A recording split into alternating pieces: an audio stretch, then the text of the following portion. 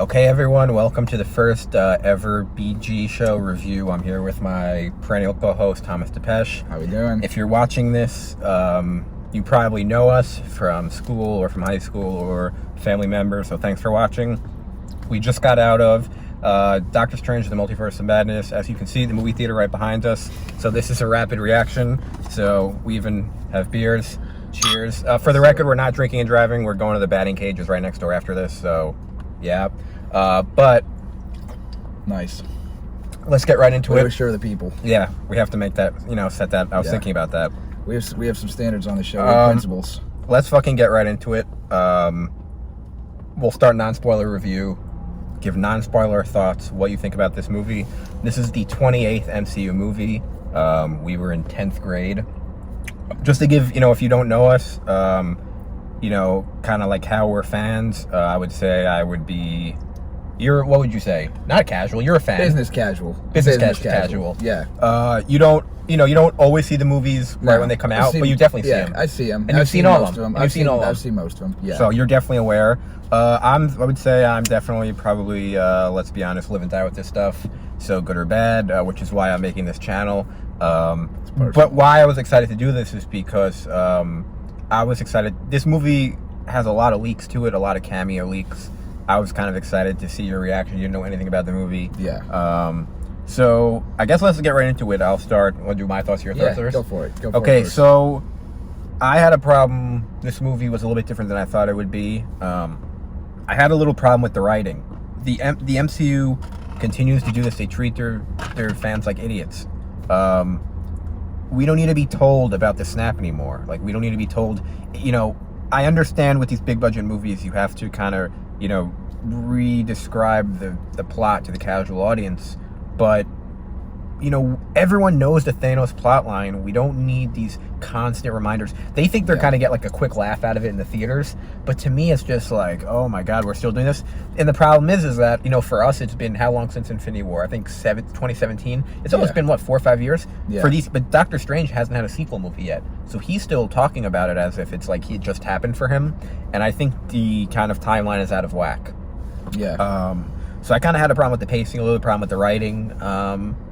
And I guess kind of the climactic moments, I would say, didn't hit as much as other movies. There wasn't really a moment where I was like, a holy shit moment. Good visuals, but nothing like that. That's my non-spoiler review. We'll definitely stick around for a spoiler. We'll get to your non-spoiler. Okay, my non-spoiler review is that I'm just physically exhausted from watching this movie and trying to see itself, try to pull itself in so many different directions, and a lot of it was it felt so jam-packed, but it also felt long. You know what I mean? Like, it was a 2-hour runtime, but it felt significantly longer just because of everything that was packed in there, and it felt a little over the top, a little extra. I liked the plot in general. I thought the plot in general was fine. Yeah. But there's just so many different things that we'll get to in the spoiler review about the way that they expanded the multiverse. Like, it was a mindfuck. It really was a mindfuck, and so much so that I don't think it really made sense.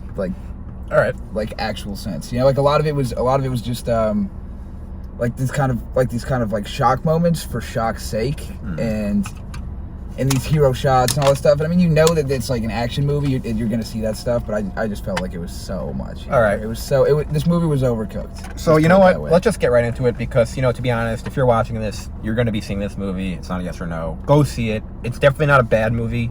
It's just not in my, probably not in my top 5, probably not in my top 10. Oh yeah. But definitely not one of the bad MCU movies either. Which is why Marvel is a great franchise, because it has such a high floor. Fair. So if you haven't seen the movie yet, definitely go see the movie. It's worth seeing. Definitely avoid spoilers. There's 2 post-credit scenes. So there's one, and then the credits roll again. There'll be a second one. The first one, I'll say, affects the MCU. The second one doesn't really affect the MCU. So if you don't want to waste your time and stay around for the second one, don't really. The first one affects the MCU, so stay around for that one. And anyway, thanks for watching again. We're going to be posting a lot more of these videos. Much more professional. This is just a rapid reaction in our car. Yeah. We're going to be covering the MCU, Star Wars. I know there's a lot of people doing this on YouTube, but I think we're just as much into it. Yeah. It's been a long time coming. So let's just get right into the spoiler review. All right, so if you're watching this, 3 spoilers in 3, 2, 1. Okay. The Illuminati, fucking the Illuminati. John Krasinski's here in the MCU. Yeah. This has been talked about. I don't even fucking know how long. Yeah. Crazy to see Jim from The Office in the MCU. It was cool when for his cameo. It definitely was really great. Cool. So I actually somehow the cameos that I knew were coming. Well, Professor X, they didn't show him, but they showed his voice in the trailer. Okay. So that was kind of not even a leak. That was just kind of. It was they did this. It was so amazing how they brought him in. I thought they did an incredible job with the sequencing. More respect, and, that was a good sequence. Coming in the way that they set it up was really, really good. And you were expecting this monumental, almost like MCU shifting moment. And then 20 minutes later, they're just completely annihilated. They're completely wiped. So one of my biggest sorry, what are you saying?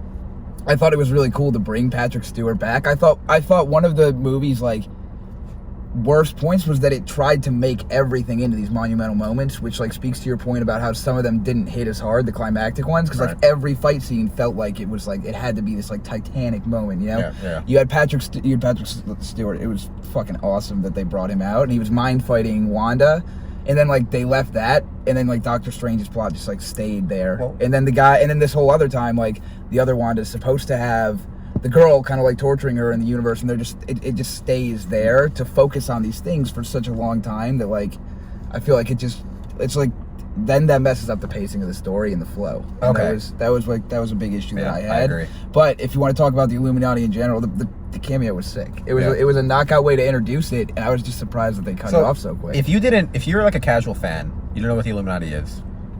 I'm trying to think. So this hits you like a freight train because obviously you know Peggy Carter. So Peggy Carter's there as Captain Carter, Captain Britain. Which is cool. So that's one of the things that I saw. Black Bolt is there from the Inhumans. So if you don't know, the Inhumans are a little bit lesser known, but they have a pretty big fan base. I wasn't a big Inhumans fan. My dad was a bigger fan of them. So they had a show come out. It's one of the biggest fails probably ever in superhero. I don't even know if you've heard of it. No, definitely not. What's his name from Game of Thrones was the star. The guy who tortured Reek. Oh. I know. I forgot his name, but you know what I'm talking about. I know what you're talking about. Really good voice. Yeah. They tried to make a Game of Thrones show with Black Bolt. It was terrible. Their fans were super Ramsey, pissed. Yeah, Ramsey. Yeah. Ramsey. So Black Bolt, the guy with the voice, dies in I think the most brutal death in the MCU to date. The most brutal sequence. I don't know if you guys have seen Invincible, but basically, Wanda moves his mouth to a different part, so when he does his power, his brain explodes. Which, if I was, that was raw. We're 29. That was fucking raw. I was not expecting that. Captain Carter dies by getting the shield just thrown. Because at first, when I was like, oh, I know what this is. Of course, Captain Carter. Not that there's anything wrong with a woman winning the fight, but it's the fact that Captain Carter, who's by far the weakest one up there, is going to win. I'm like, oh, here we go, MCU. Because obviously, if any woman was going to win the fight, it'd be Captain Marvel, who was also up there. Gets cut with the shield in two. That was so sick. And they even showed the blood, which I loved a lot of the stuff that they did to try and make it seem a little bit like a horror movie, but my only problem with it, I guess, was that they didn't lean into it enough. Yeah. If you're gonna do it and you're gonna design it like that, then I feel like they should have really gone all out. Yeah. So let's So I was gonna say, let's start from the beginning. That was bloody. That sequence was very raw. Those were the kind of moments that were wow, this movie's insane. It is a crazy movie. It's definitely worth the watch. So let's start from the beginning. I guess we'll get into the plot. The movie. So first, the director. So the director was supposed to be Scott Derrickson, who did the first movie. He was like, oh, this is gonna be the MCU's first horror movie. There was even some talk of it being rated R in the beginning. If anyone follows the MCU, there's never going to be a rated R MCU movie. It's just not going to happen. As you can see, that's just why, because they can kind of push the boundaries like this. Which is more than enough, in my opinion. Not that it can't be, not that I don't want a rated R movie, but I'm just saying, you're cutting the audience in half with kids. They're just not going to do it. So let's start from the beginning of the movie. The movie comes off right off the bat, and America Chavez and the other Doctor Strange are doing what they were doing in the trailer, hopping from multiverse to multiverse. I was kind of surprised. I don't like when movies start like this. And I like when movies not are slow, but build up a little bit. Doctor Strange is just coming off a huge action sequence in Spider-Man. So I feel like build up Doctor Strange. I feel like going back to Kamar Taj and starting slow. We haven't been there in so long. Give us some of the wizard stuff. Instead, some of the dialogue I'm trying to remember in the beginning, they're like, I don't even remember. He gets killed. You know the death doesn't mean anything because it's his movie. Yeah. America Chavez they don't really explain her powers, so she's kind of like acrobatically escaping, but you're like, what is this? It definitely felt different. Like Sam Raimi's coming in. So sorry, I didn't mention Sam Raimi replaced Scott Derrickson. Sam Raimi, of course, is famous for the Tobey Maguire Spider-Man movies. Obvious weird connection because this movie is connected to Spider-Man. That movie had Tobey Maguire in it. This is the Multiverse of Madness, which was made for cameos. There was no Tobey Maguire in this movie. I was shocked. I thought that was a lock cameo. If I was going to bet, that would definitely be my number one bet. Wow. I'm really surprised. I not saying we would have got Spider-Man, but I thought we were going to get Peter Parker. You know, they jumped in a multiverse. You know, they did so many of those jumps. Especially after Spider-Verse. I thought he would be like delivering pizza. You know, maybe he's delivering pizza. Quick cameo, you know. Yeah, that'd be cool. Just to build off the momentum. Kind of strange. Sorry, that was a weird pun, but...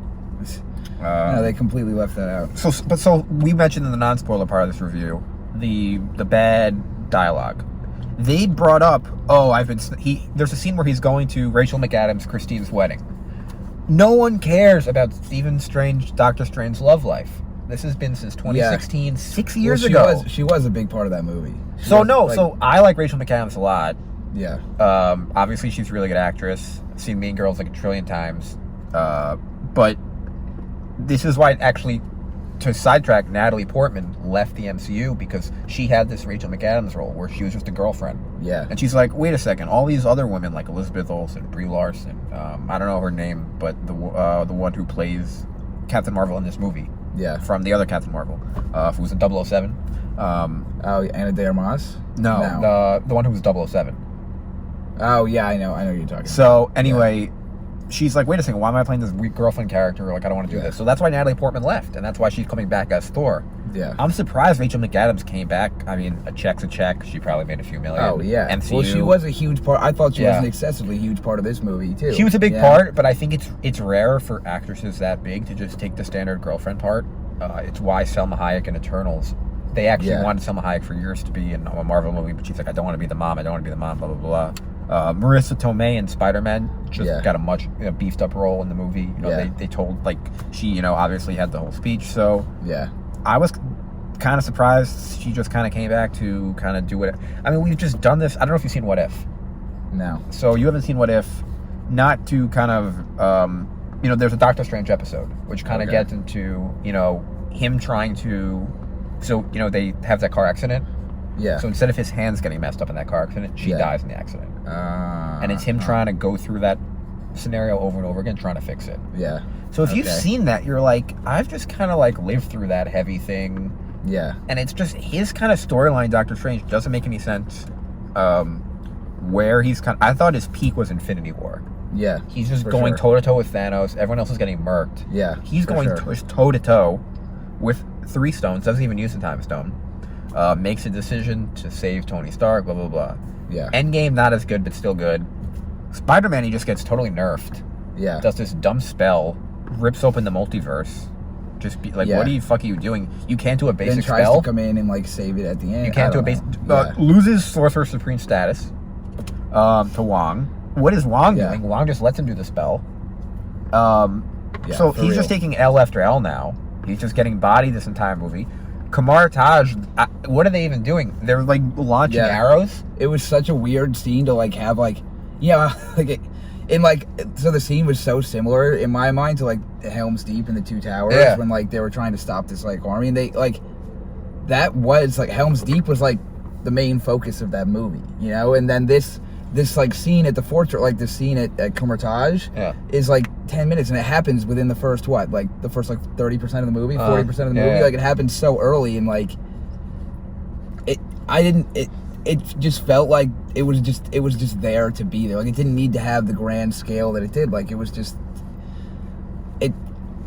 I didn't like I guess I just felt that it was one of the many things that was just like excessive in this movie. Like it went for too long, or like they spent almost too much time on it. And I don't know what was going on there, because they spent all this time destroying the temple instead of like really existing there. Like, you only see one scene of, like, exactly, really just existing and being there, yeah, and being present, and like that was what was so, Kumar-Taj was such a big part of the first movie, and like the background. Yeah, I wish that they had shown like more growth at Kumar-Taj instead of a complete destruction of Kumar-Taj. And so before we get into the more plot of the movie, we're kind of jumping all over. We'll get more into the plot, but one of the big problems the MCU has is power scaling.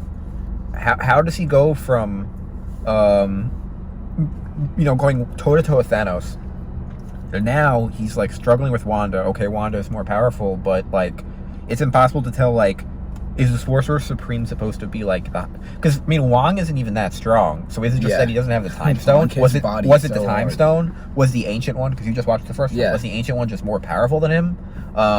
Because it seems like they're not even like, and then they're not even like that, powerful. Like, they're getting destroyed the whole movie.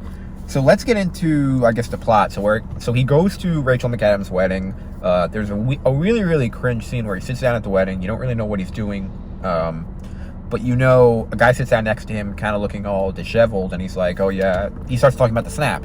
And that's what we talk about, like, here we go again with the snap, like, people died, blah, blah. It's like, you either have to make every single show connected and the same mood or not. You can't just have these, like, 5-minute cut-ins to people, like, mourning about the snap and then cut back into an MCU movie where everything's a joke. So I don't know what you thought about that scene. I thought it was fine because I'm pretty sure the guy who did the talking was the doctor. He was one of the doctors in the first movie. Who, he just got who botched the surgery. Oh, okay, yeah. See, that's something I don't even remember that. Yeah. So like it was cool. It was cool that he was there, but it's also like, I don't know. How many times in Infinity War and Endgame did they repeat the line, like, this is the only way? Oh, of course. And then they just bring this guy in to intentionally question that, and it's just like, and then he says it again, and then he says it again. He's like, no, it was the only way. Like, yeah, we know it was the only way. And this is what we're talking about, the MCU. I feel like there should be an everyday MCU show for regular. I know it sounds corny. I don't know it would be kind of tough, but because what does the regular person know about the events of Endgame? Because there's been like mentions of it, so it's like, oh, so he knows actually, because that's a pretty big detail. Like, that Tony Stark was about to die, and that you gave the Time Stone to Thanos, and then Thanos, like, because you would think that'd be like super top secret government intel. Like, we beat Thanos, right? You don't know how, like, we don't know like the intricacies of like. We know we went to the moon and we came back from the moon. We don't know the details of wars of. We know, even talk. I don't even know how to compare it to anything, but like. Those just seem like major. Like, did they just have like a briefing to the whole country of? Right. No, it was weird. And everyone believes the government. That's what happened. No one is like imagine that. Everybody just like knows what happens, and apparently like this guy thinks it's Doctor Strange's fault, kind of, and it's like. I don't know. I thought it was there just to be there. It was fine. Okay, so I guess the action starts. They're at the wedding, and there's a monster.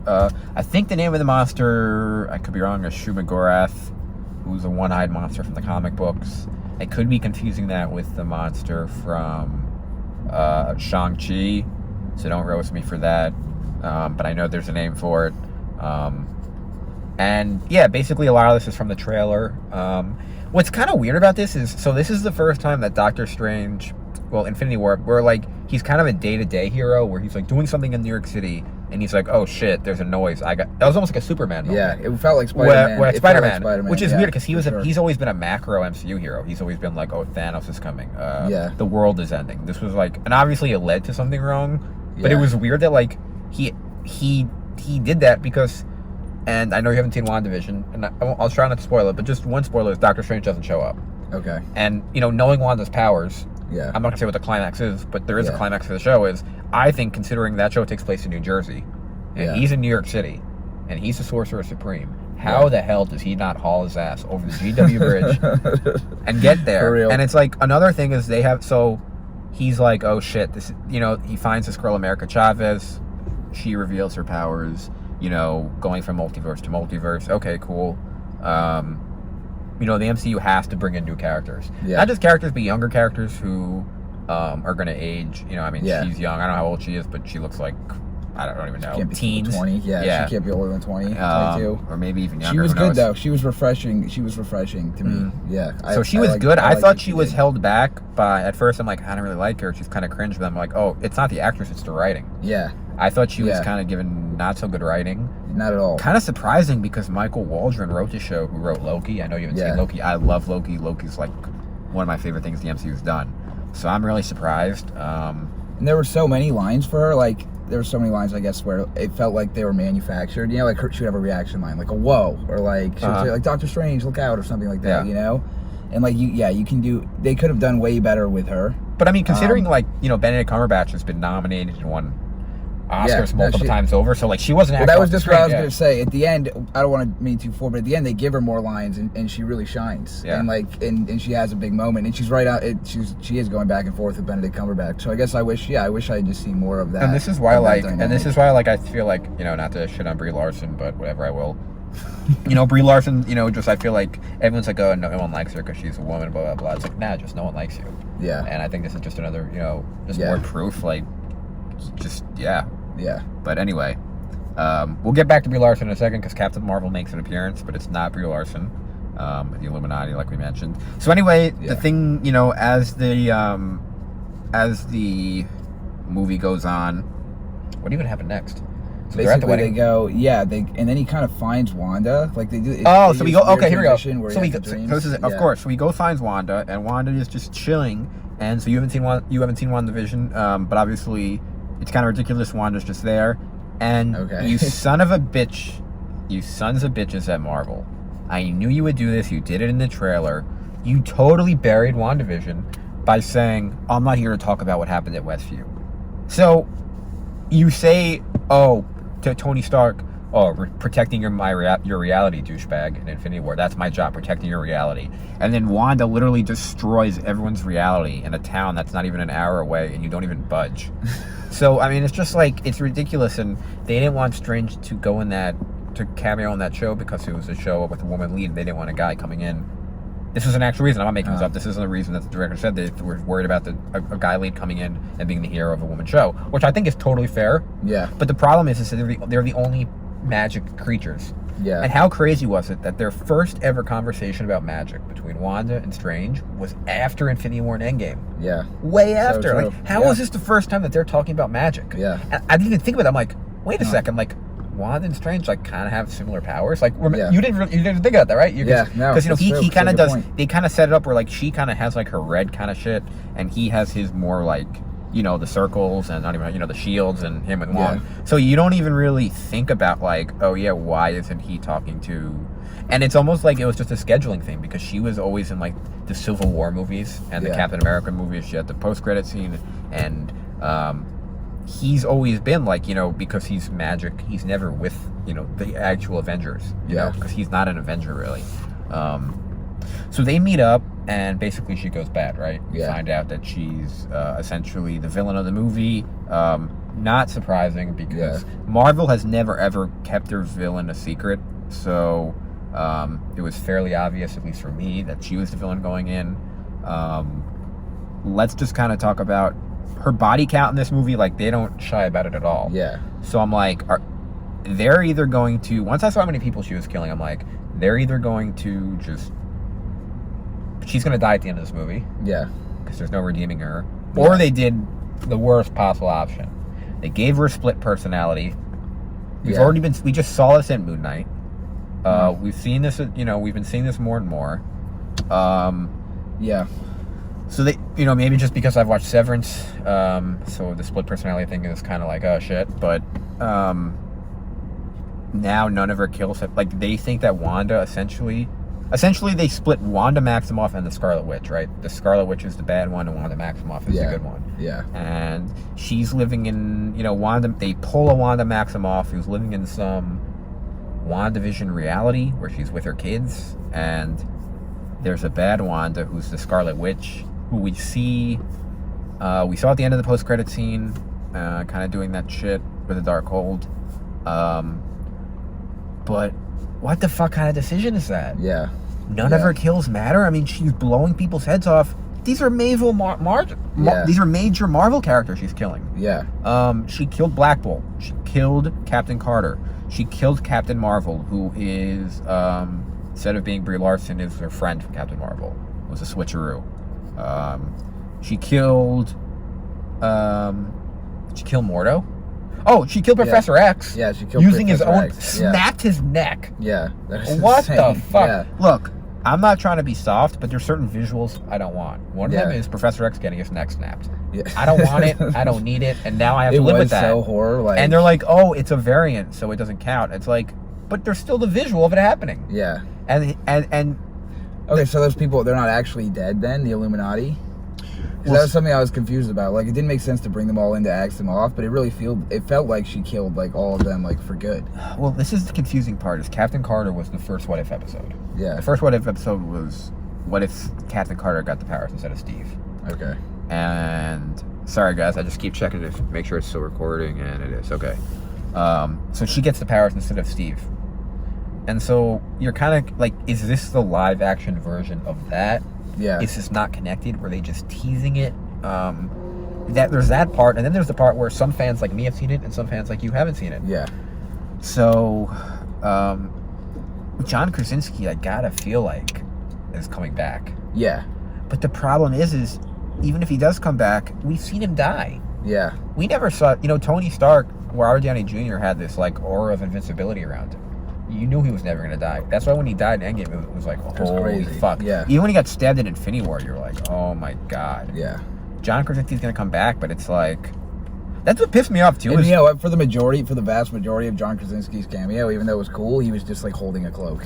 Oh yeah. You know, like they gave him a couple lines. This is very clearly one day of shooting. Yeah. They had Krasinski for one day. Yeah. They had all these people for one day.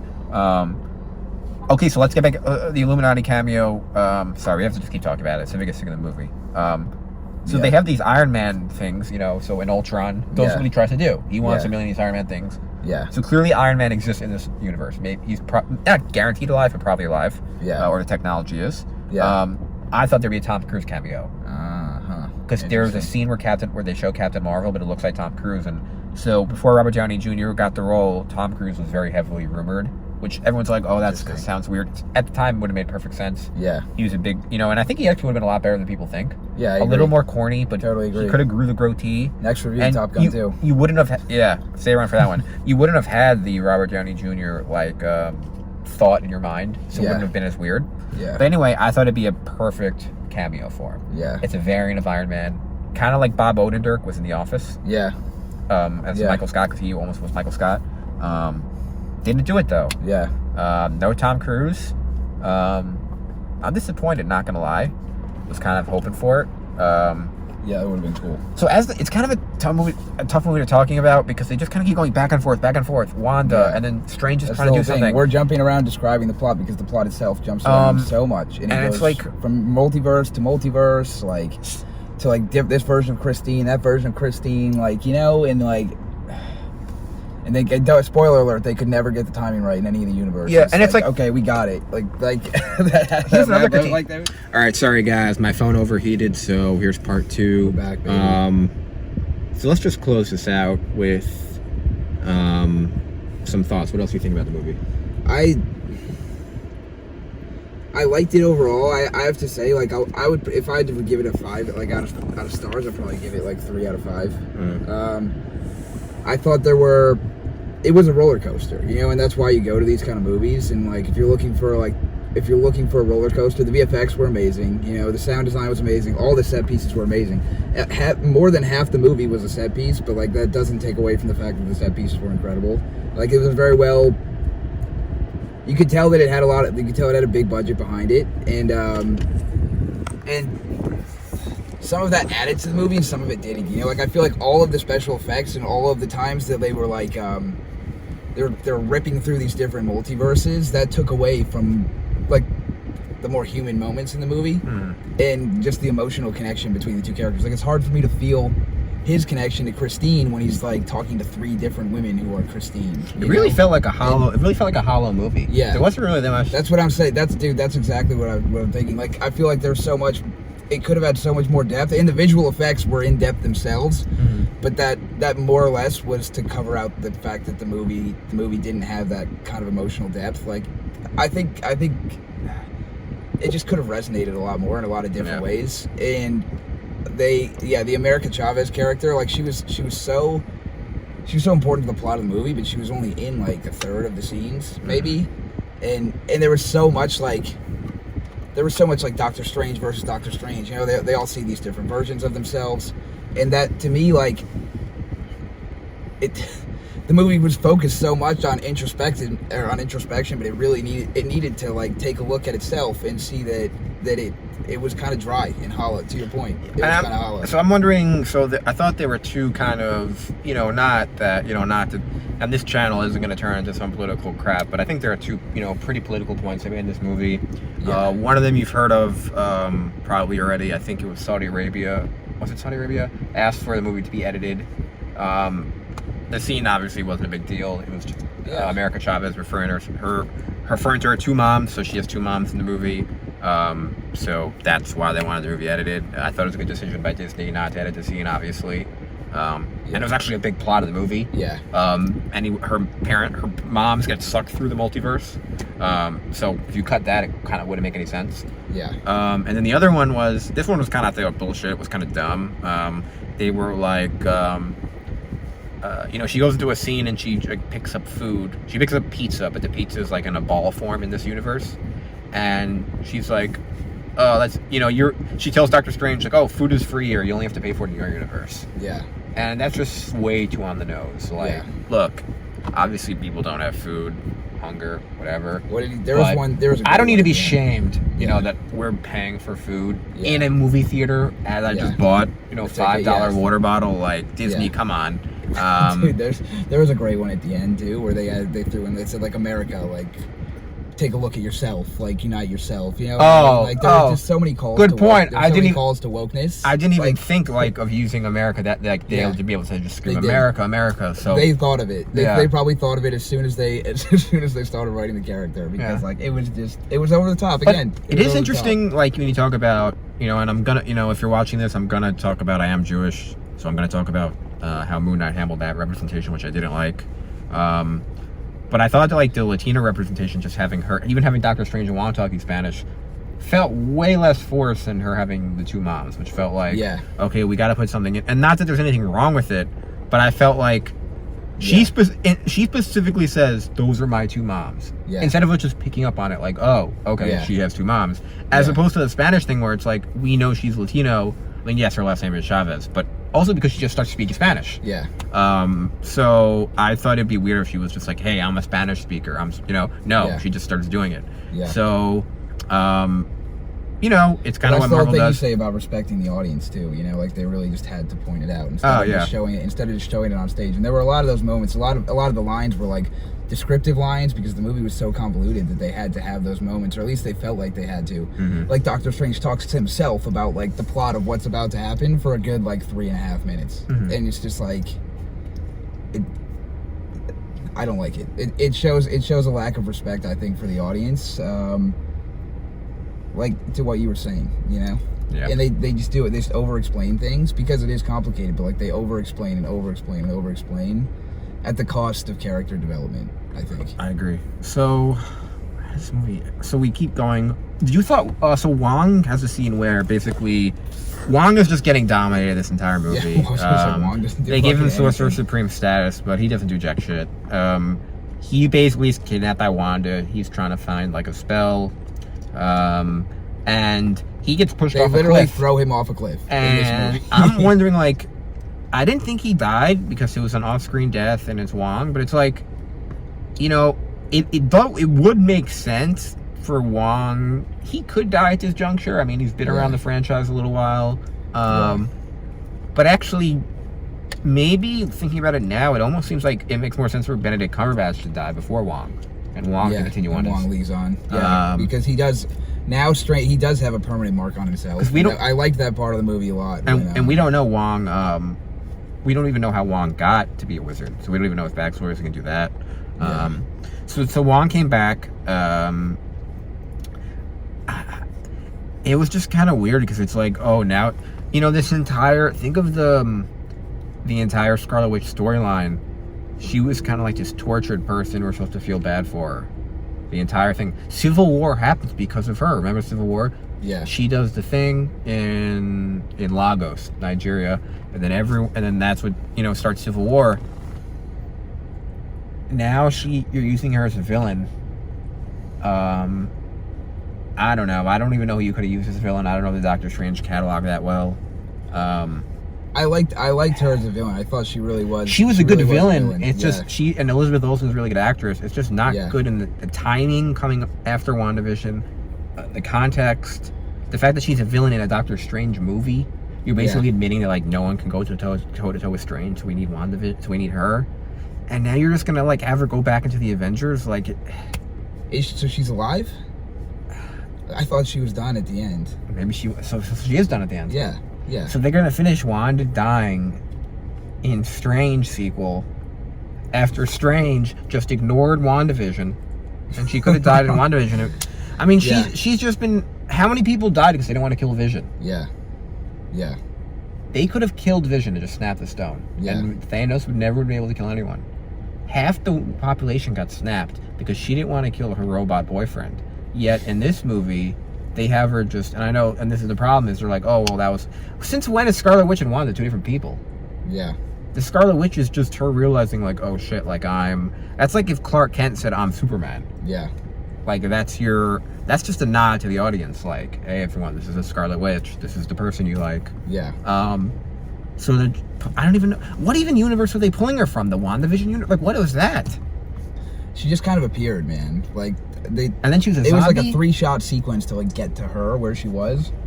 They didn't do a good job of explaining where. And it's like, was, if you can do all this, what were, like you could have context. took down Thanos easily. Yeah. And I know like there's a scene in Endgame where it's like, oh, she was about to kill Thanos, and then like he shot the gun down. But even with that, if she's just powerful, like.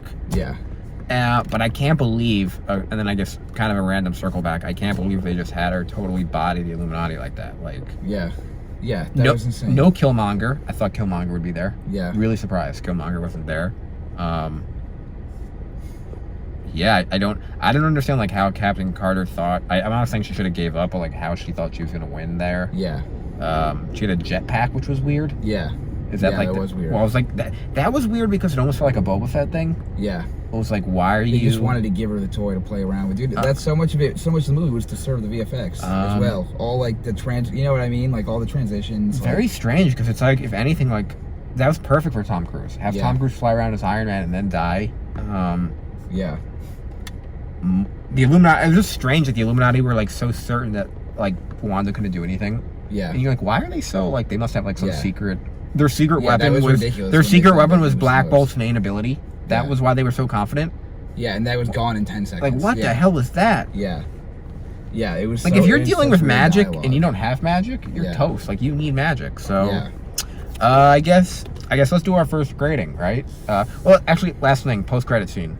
So, first post-credit scene, Clea, who in the comic books is a Charlize Theron, MCU debut. Kind of weird that an actress that big and at that age makes her MCU debut now. Yeah. You can kind of tell, like, she probably was like, fuck the MCU, fuck the MCU, fuck the MCU. Yeah. 28th movie. Yeah. Now a Hollywood institution. She's like, okay, now it's good enough for me. Yeah. Now hit my quote. Joke's on her, though, because no one... I would say some of the least shock value ever. Most people probably thought she was Enchantress, which was a low-key villain. Yeah. I didn't get what she was doing. She is a... Is that gonna really... Now we're she's gonna the wife. Third? She's the wife, I believe, of Doctor Strange in a lot of comics. I believe she inherits the mantle of Sorcerer Supreme in a lot of comics. Okay. I don't know how she got her path. I thought she was actually Psylocke at first, which is from X-Men, because she has like the sword. But maybe they were done. Maybe this movie was like their way of saying goodbye to Christine too. Then if that's gonna open up, and there'll be a whole different relationship. So, well, good. You know what? And then farewell, Christine. That was so we'll have that. The thing is, though, I don't think that they set up well for a Strange trilogy at all. Not at all. This has that no was momentum. The only thing that let it there. There is no momentum for this trilogy, except if anything, the America spin-off is happening soon. Oh yeah, and that would be what I would be more. I'd be much more excited to see an America Chavez own movie than Strange 3. And by the way, like, for sure. Okay, so she has some ability. Doesn't really know how to use it. Get her into training in the wizard. That stuff makes sense. Instead of Ned, who in Spider-Man was ringing everything. Yeah. Sling ring. Like, what the fuck? And then, you didn't see Shang-Chi, did you? No. So Aquafina and Shang-Chi, like, you know, had some big moments. And it's just like, you don't have abilities. What is that? Yeah. So, you know, it's just like an example of, like, people don't just complain to complain. I thought they did her well. I guess to end it out, the second post-credit scene is just the guy who had the spell on him punching himself in the face. It was kind of funny when the guy, I thought it'd be stupid, but then he looked at the camera and he's like, it's over. Yeah. So that was kind of a troll, which they haven't done since Spider-Man Homecoming, where with Captain America. So I guess this is our first grade, so let's do out of 100, right? I know a lot of you do 10. We'll do out of 100 will be our grade. You know, as you watch us, you'll see where we stand. We'll do more videos. I'm kind of thinking. I've got a grade. All right, so you go first. What's your grade? I'm gonna give it a 61 out of 100. 61. 6.1 out of 10. Wow, 61. Okay. I think it had so much potential to be so good because there were so many elements that I enjoyed, like the horror, and the idea of everything that they do, like. Is sacrificing one life like for the greater good, like like is that the morally correct choice? Is that the only way? Like they did have a lot of those internal dilemmas, and they didn't do a good enough job, I think, of exploring what like what's the right answer to that question. But it was just too much. It was just too much to keep up with. This movie was overinflated. It was so much of it was fluff that it's hard for me to like really say that I loved every second of it, because I didn't, you know? Yeah. 6.1 out of 10. Well acted, well produced. There was potential for it to be a lot better. All right, I'm gonna go higher. I'm gonna have to calibrate. I'm gonna go a little bit higher than that. I'm gonna go.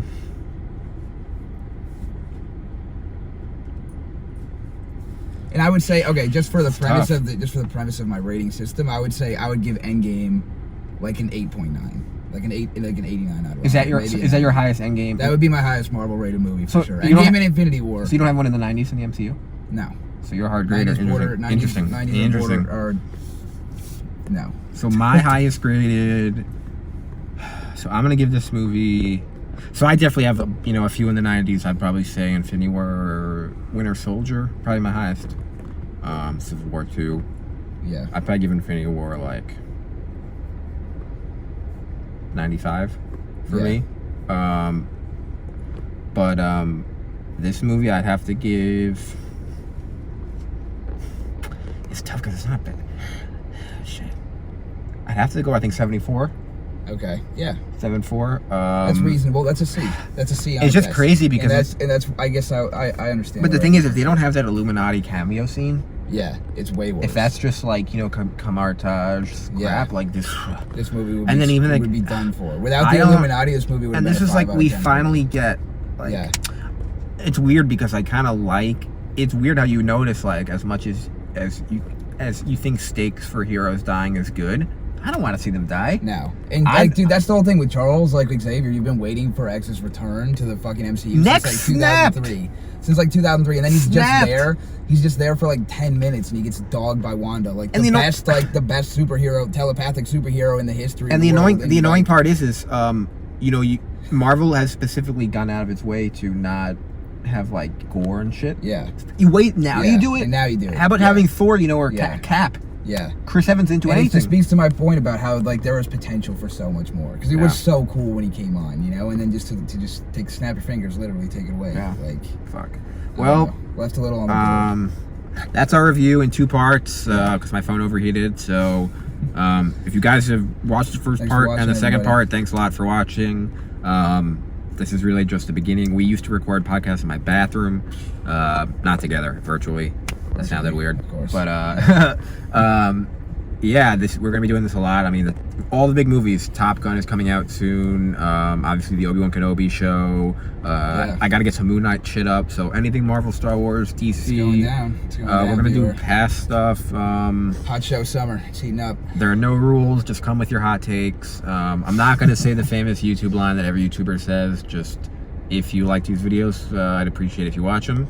And let us know what you think in the comments. So I'm BG, this is Depeche. Signing off. Sayonara. See you next time.